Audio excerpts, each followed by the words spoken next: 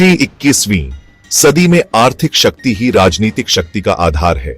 जो राष्ट्र उत्पादन क्षमता में अग्रणी होता है वही विश्व मंच पर नेतृत्व करता है।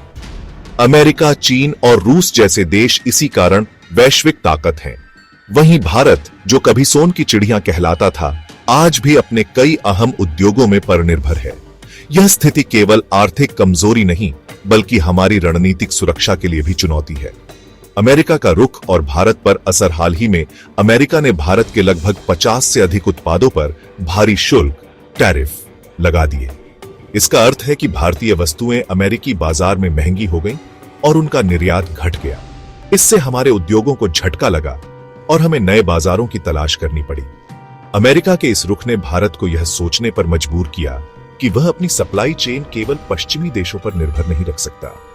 यही कारण है कि भारत ने चीन और रूस जैसे विकल्पों की ओर रुख करना शुरू किया। लेकिन क्या यह समाधान है? नहीं, क्योंकि चीन खुद एक बड़ा निर्माता है। उसे भारत के उत्पादों की उतनी आवश्यकता नहीं है।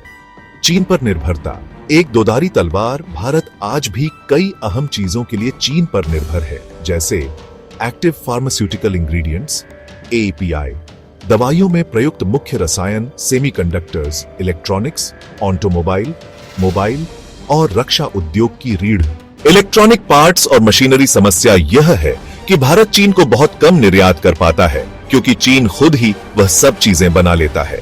इसका सीधा अर्थ है कि भारत का व्यापार घाटा, ट्रेड डेफिसिट बढ़ता जाता है।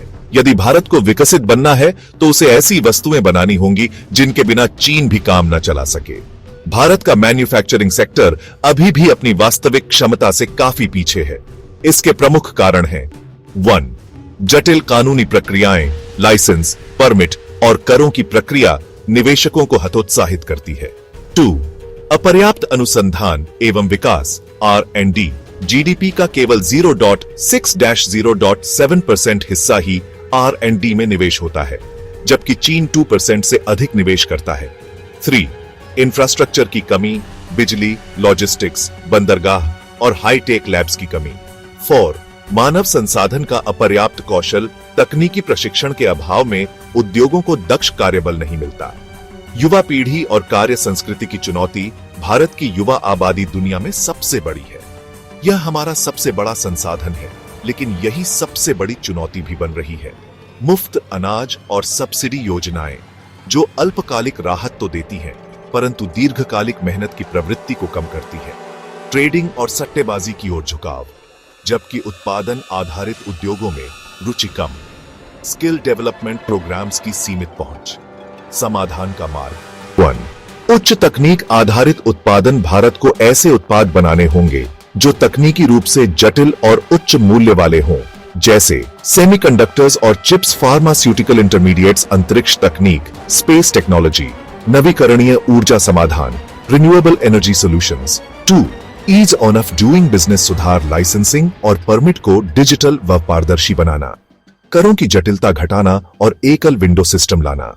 3. अनुसंधान एवं विकास R&D में बड़ा निवेश, विश्वविद्यालयों, स्टार्टअप्स और उद्योगों को जोड़कर नवाचार को बढ़ावा देना। रक्षा, अंतरिक्ष और बायोटेक सेक्टर में स्वदेशी तकनीक को बढ़ाना। 4. युवा शक्ति का पुनरुत्थान, व्यावहारिक प्रशिक्षण केंद्रों और स्किल हब्स की स्थापना। उद्यमिता, एंटरप्रेन्योरशिप के लिए आसान और मेंटरशिप। मेहनत, नवाचार और आत्मनिर्भरता पर आधारित सामाजिक मूल्य विकसित करना।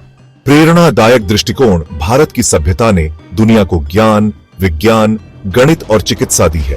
आज आवश्यकता है कि हम उसी परंपरा को पुनर्जीवित करें। हमें केवल उपभोक्ता नहीं बल्कि निर्माता बनना होगा।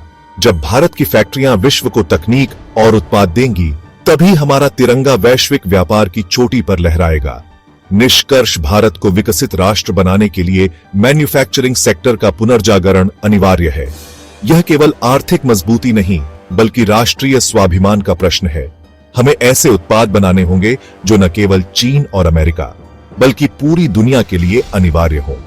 तभी भारत आत्मनिर्भर से आगे बढ़कर विश्व गुरु बन सकेगा। Like, share and subscribe.